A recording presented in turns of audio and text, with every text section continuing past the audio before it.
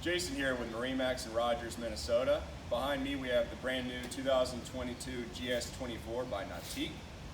Really beautiful boat. We've got the Mystic White upper and lower with steel blue metal flake down the side of the boat. Coming back to the stern on the transom, big swim platform here. We've got the Nautique surf pipe, the NSS, and the NCRS. Really versatile boat for all your wake surfing, wakeboarding, and skiing. Let's go inside and check out the interior of this boat. Welcome to the interior of this GS24. Back here in the transom, we do have a couple seats and cup holders. We have a little spot here where you can control the music. This is haze gray interior with the mocha brown non-skid. Nice big entryway into the GS24. Storage under all the seats here. Got plenty of cup holders that light up, and this is powered by JL Audio. Nice big tower here.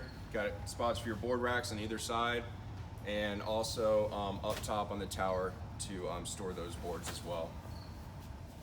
Up here at the helm, got the race car inspired seat.